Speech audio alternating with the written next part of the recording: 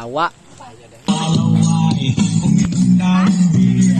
Pinangat niya ang agatang, sabi niya sa akin, ang di ko alam ay meron siyang inilagay.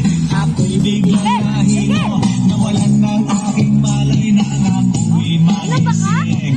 Aking napansin, pangalan ng motel, Anito Kaya ang sabi ko nako, i-split na ako.